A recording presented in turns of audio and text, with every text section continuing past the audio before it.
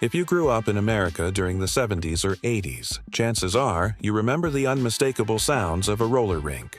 The rumble of wheels across a polished wooden floor, the thumping disco or pop music, the neon lights casting their glow over rows of kids and teens circling the rink. Roller skating wasn't just a hobby. It was a social scene, a weekend ritual, and a defining part of youth culture. But if you look around America today, you'll find far fewer roller rinks. So, what happened?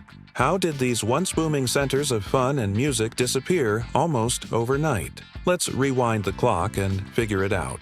In the 1950s, roller rinks first became major social hubs.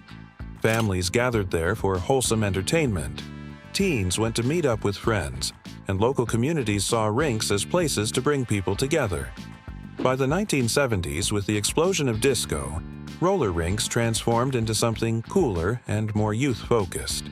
Picture spinning disco balls, Donna Summer and the Bee Gees blasting through giant speakers, and teens showing off their dance moves on skates.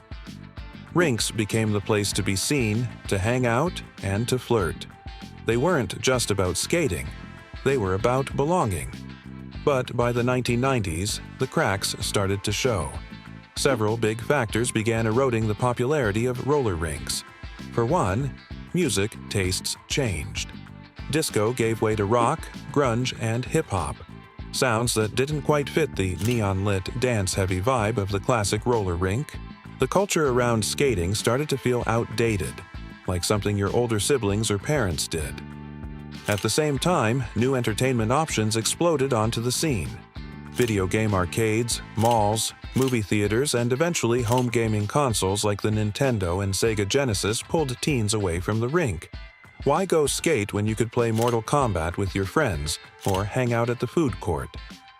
Roller rinks, once the centerpiece of social life, struggled to compete with all these flashy new options.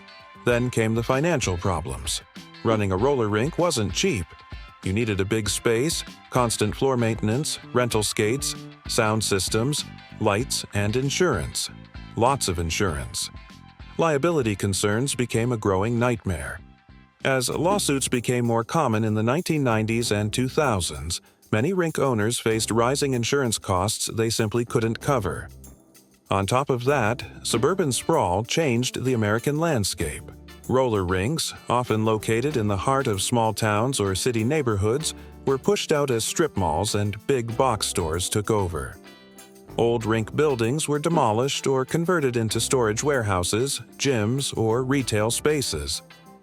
The community hubs that roller rinks once were got replaced by corporate chains. Today, roller skating has seen a small revival, but in a very different form. Family fun centers mix roller skating with arcades, laser tag, or climbing walls. They target younger kids, not teens.